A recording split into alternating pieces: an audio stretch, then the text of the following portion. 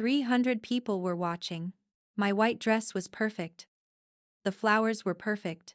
The man holding my hand was perfect. And then my grandmother grabbed the microphone. Nobody had asked her to speak. She wasn't on the list. But Dorothy never needed permission. She just took what she wanted. I watched her stand up from the head table.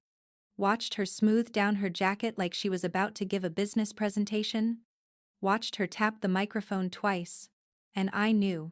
In that moment, I knew something terrible was about to happen. But here's the thing nobody in that room understood. I was ready. I had been ready for 26 years. See? My grandmother wasn't the sweet, cookie-baking type. She wasn't the grandmother who pinched your cheeks and told you that you were special. No, Dorothy was the kind of grandmother who made you feel like love was a prize. Something you had to win. Something you had to earn. And no matter how hard I tried, I never earned it. Not when I got straight A's. Not when I got into Columbia on a full scholarship. Not when I graduated at the top of my class. Nothing was ever good enough.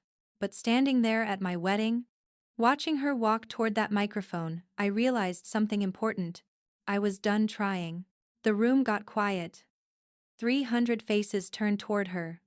My husband Nathan squeezed my hand under the table. My mom froze with her champagne glass, halfway to her lips. And Dorothy smiled. That smile. I knew that smile. It was the smile she gave right before she said something cruel. The smile that told the world she was about to be honest, when really she was about to be heartless. I want to say a few words about my granddaughter, she began. My heart should have been racing. My palms should have been sweating, but they weren't. Because what Dorothy didn't know, what nobody in that room knew, was that my best friend Carla was recording everything. Every toast. Every speech. Every single word. Dorothy thought she was about to have her moment. She had no idea it would be her last.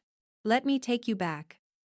Because to understand what happened at my wedding, you need to understand who Dorothy really was. Growing up, I had one cousin who mattered, Jessica. Jessica was everything I wasn't. Quiet. Polite. Never asked questions. Never had opinions.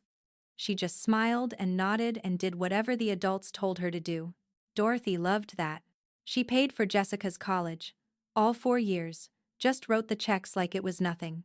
She threw Jessica a sweet 16 party with a live band, 200 guests, and a 3-tier cake. Me? I got a card with $20 in it. The card said, "Keep trying."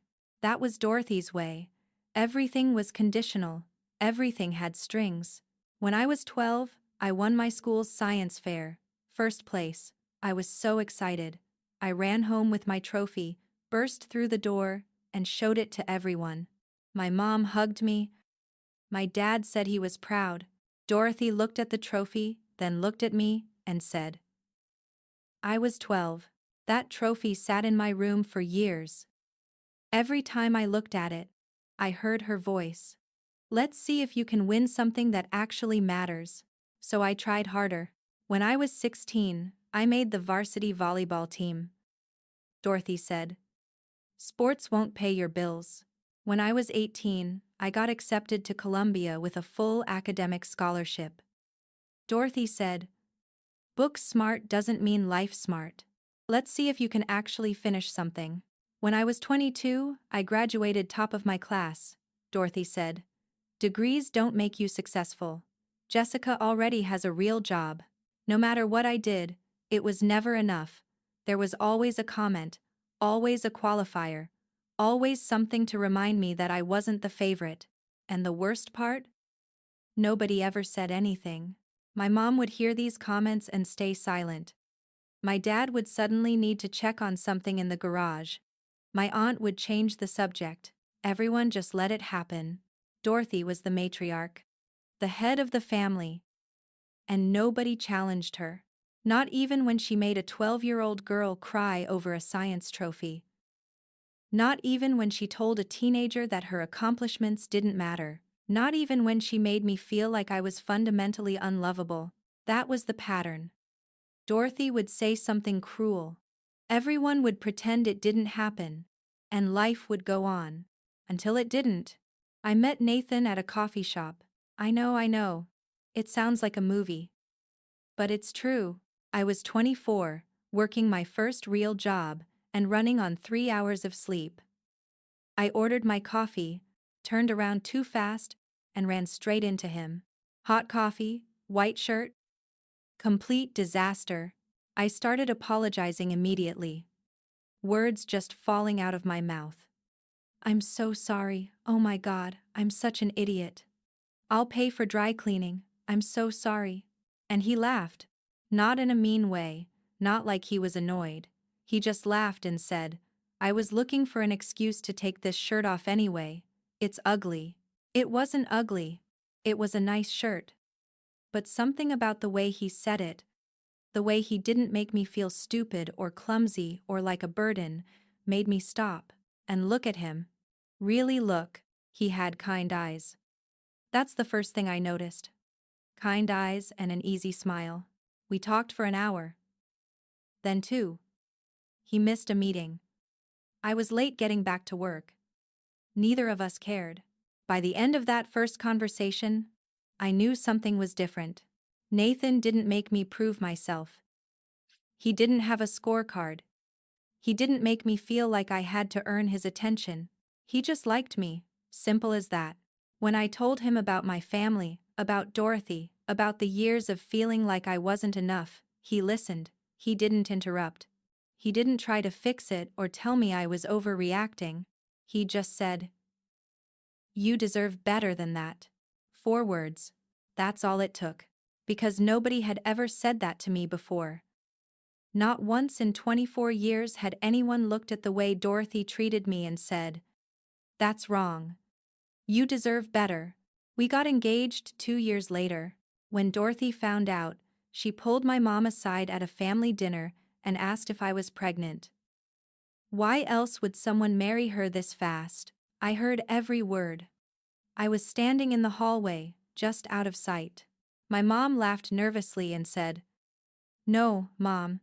They're just in love." Dorothy made a sound. This little dismissive noise in the back of her throat. Like the idea of someone loving me was ridiculous. I stood in that hallway for a long time. Not crying. Just thinking. That was the moment I started preparing. We planned the wedding for September. 300 guests. A beautiful venue outside the city. Everything I had ever dreamed of. I wasn't naive. I knew Dorothy would try something. For weeks, I played out scenarios in my head. What if she made a comment about my dress? What if she complained about the food? What if she cornered Nathan and said something to scare him off? I prepared for all of it. But I never expected what actually happened. The ceremony was perfect. Nathan cried when he saw me walk down the aisle. I cried when I saw him crying. Everyone laughed and dabbed their eyes and talked about how beautiful it was. Dorothy sat in the second row. She didn't cry. She barely smiled. But she behaved. For once, she just sat there like a normal grandmother. I started to relax. Maybe I had been paranoid. Maybe she would just let me have this one day. We got through the vows. We got through the kiss. We got through the photos. And then came the reception. The toasts started. Nathan's best friend gave a hilarious speech about their college days. My sister Emily made everyone cry with her words about sisterhood. My dad stood up and said simply, "I've never been prouder of my daughter." I was happy. Genuinely, completely happy. Then Dorothy stood up. I remember the exact moment. The DJ had just announced that the floor was open for anyone who wanted to say a few words. It was supposed to be casual. Fun. Dorothy walked to the microphone like she owned the room. My mom's face went white. Emily grabbed my hand under the table. Nathan looked at me with a question in his eyes. "Do you want me to stop this?" I shook my head. Because I had Carla recording. Because I knew whatever Dorothy said, there would be proof. "I want to be honest," Dorothy began. Those 4 words. I want to be honest. That was always her opening. Her excuse to say something terrible. I never thought Mia would find someone. The room shifted. I could feel the energy change. 300 people. Suddenly uncomfortable. She was always the difficult one. The one who couldn't keep friends. The one who made everything harder than it needed to be. Whispers. Confused looks. People glancing at me. Then at each other. She wasn't done. I just hope Nathan knows what he's getting into, because I raised her mother, and I watched Mia grow up, and I can tell you. She paused, looked directly at me. She's not easy to love. Silence. Complete total silence. 300 people heard my grandmother tell my husband that I was hard to love. On my wedding day. In front of everyone I cared about. Dorothy smiled, satisfied, and sat back down. Nobody moved. Nobody said anything. My mom stared at her plate. My dad reached for his wine. Emily looked like she wanted to scream. And me? I smiled. Because I knew Carla had gotten every word. And I knew exactly what I was going to do with it. The rest of the reception was a blur. People kept coming up to me, not sure what to say. Some hugged me. Some apologized, as if they had done something wrong. Some just avoided eye contact entirely. Nathan stayed by my side the whole time, his hand on my back, his presence steady. "Say the word," he whispered at one point. "We can leave right now." I shook my head. "Not yet." We stayed. We danced. We cut the cake. We smiled for photos. But something had changed. Something fundamental. Later that night, after the last guest had gone, after we'd changed out of our wedding clothes, after the venue was empty and quiet, Nathan sat on the edge of the hotel bed and looked at me. "What are you thinking?" I was standing by the window, looking out at the city lights. "I'm thinking about how long I've waited," I said. "For what?" "For this." He was quiet for a moment. "You're not going to let it go, are you?" I turned to look at him. "Would you?" He didn't hesitate. "No, I wouldn't." That was all I needed to hear. The next morning, my mom called while we were packing for our honeymoon. Italy. 2 weeks. We were supposed to leave that afternoon. I let the phone ring. She called again. Finally, Nathan picked up. I could hear my mom's voice through the speaker, frantic, apologetic. "I'm so sorry. I didn't think she would. Please tell Mia I had no idea." She just stood up. I couldn't stop her. Nathan's voice was calm, cold. "You could have stopped her. You just didn't." He hung up. We looked at each other across the hotel room. "We're delaying the honeymoon, aren't we?" he asked. I nodded. "Just by one day." The next morning, I drove to my parents' house. Everyone was there for brunch. A family tradition after big events. Like nothing had happened. Like Dorothy hadn't just humiliated me in front of everyone I knew. I walked in without knocking. The conversation stopped. Everyone turned to look at me. Dorothy was sitting at the head of the table. Of course she was. Queen on her throne. She smiled when she saw me. That same smile from the wedding. "There's the bride. Sleep well?" Like nothing had happened. I didn't sit down. "I need to say something." My mom started to stand. "Mia, maybe now isn't—" "Sit down, Mom." She sat. I looked at Dorothy. "You've spent my entire life making me feel like I wasn't enough. Like I had to prove myself just to earn a place in this family. And I tried. For years. I tried." Dorothy's smile flickered. She wasn't used to this. "But last night, you crossed a line. You stood in front of everyone I love and told them I was hard to love. On my wedding day." She opened her mouth. "I was being honest. Someone had to—" "No." I didn't let her finish. "You were being cruel. There's a difference." The room was silent. My cousin Jessica was staring at her plate. My uncle looked like he wanted to disappear. My aunt pretended to check her phone. Nobody defended Dorothy. So here's what's going to happen, I continued. I'm done. I'm done trying to make you proud. I'm done showing up to holidays where you ignore me. I'm done pretending this is normal. Dorothy stood up. Her chair scraped against the floor. You're being dramatic. This is exactly what I was talking about. I'm not finished. She stopped. You're not coming to our house. You're not meeting our children. You're not going to be part of my life anymore. I turned to leave, then stopped. And if anyone in this family has a problem with that, they can join her. I walked out. Nobody followed me. The first few weeks were exactly what I expected. My aunt called me selfish. My cousin Jessica sent a passive-aggressive text about family loyalty. My mom left voicemails every day, asking me to just apologize so we can move on. Nobody asked Dorothy to apologize. Not once. I blocked numbers, ignored messages, deleted emails. Nathan was my rock through all of it. He never once told me to calm down. Never once suggested I was overreacting. He just held me when I needed it and gave me space when I didn't. 3 months passed. Then my sister Emily sent me a screenshot. Dorothy had posted on Facebook. A long, dramatic paragraph about how family falls apart when pride gets in the way. How some people can't handle honesty. How she was heartbroken that her granddaughter had abandoned to her. She even posted old photos. Me as a baby, us at Christmas, my college graduation. Each photo had a caption designed to make her look like the victim. I remember when she used to smile at me. Family is everything. Or at least it should be. When your own grandchild walks away, it breaks something in you. The comments were filled with sympathy. So sorry, Dorothy. Some kids don't appreciate their elders. Stay strong. 200 people feeling sorry for her. 200 people who had no idea what really happened. I sat with my phone for a long time, reading the comments, feeling my blood pressure rise. Then I smiled.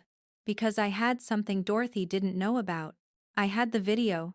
I called Carla that night. You still have the wedding video? All of it, including her speech? Every word. I was quiet for a moment. Carla knew what I was thinking. Are you sure about this? Was I sure? Was I sure I wanted to show the world who Dorothy really was? I thought about that 12-year-old girl with the science trophy. I thought about all the comments, all the dismissals, all the times I was made to feel small. I'm sure. Carla sent me the file that night. I didn't add any context. No explanation, no caption. I just uploaded the raw footage of Dorothy's toast to my own Facebook page, and I waited. Within an hour, it had more views than Dorothy's post. Within 3 hours, people started tagging her. Is this the same Dorothy? Wait, she said this at her granddaughter's wedding? I thought you were the victim here. Within a day, the comments on Dorothy's post had completely shifted. I saw the video. That was awful.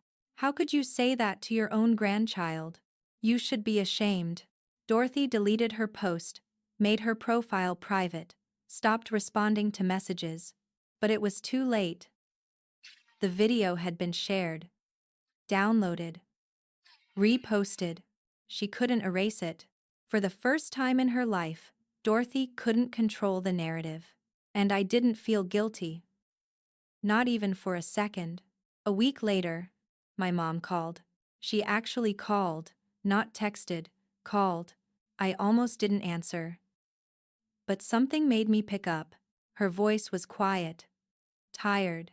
Dorothy's been crying for days.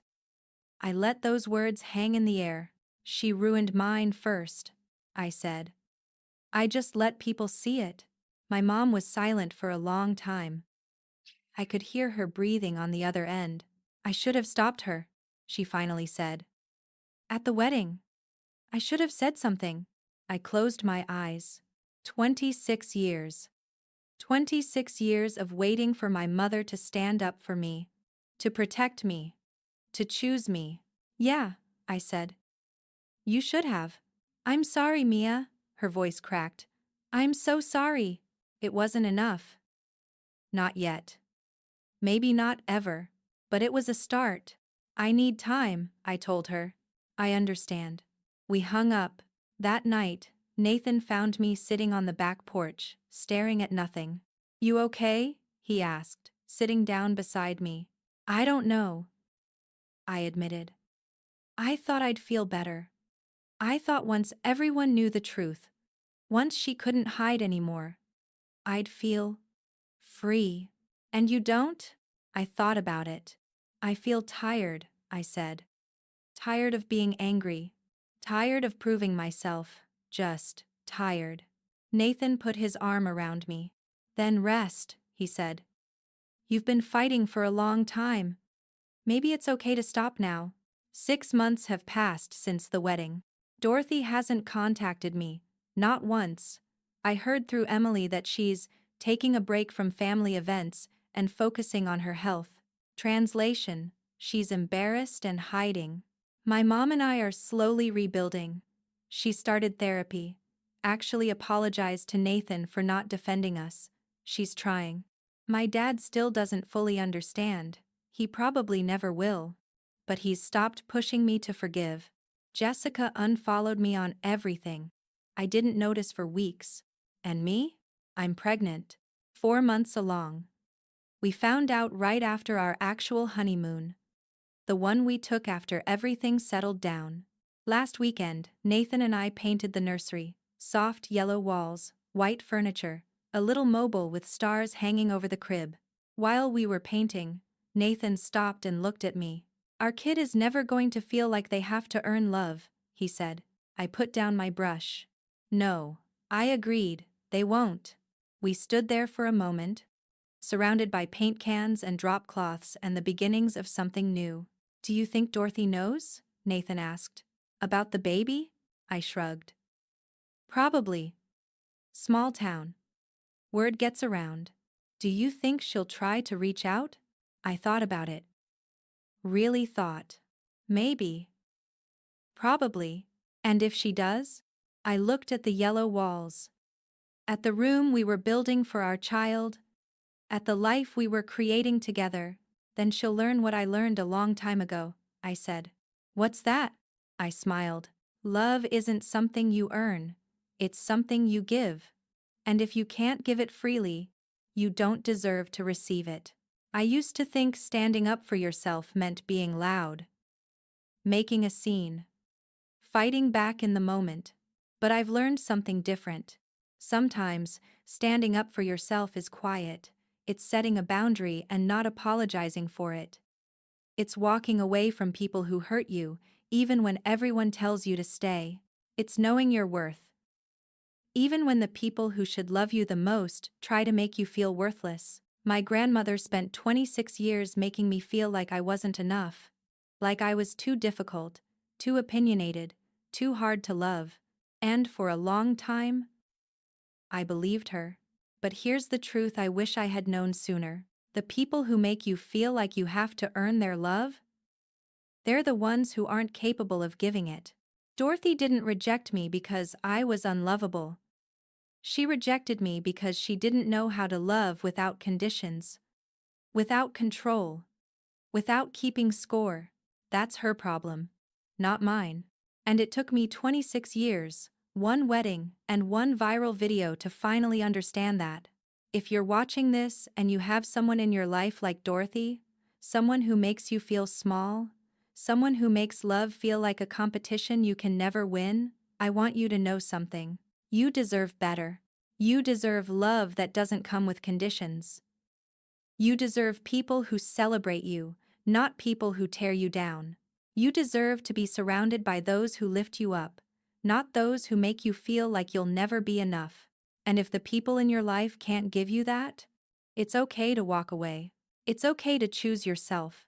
It's okay to stop trying to earn something that should have been given freely all along. Because at the end of the day, the people who truly love you won't make you prove yourself. They'll just love you exactly as you are.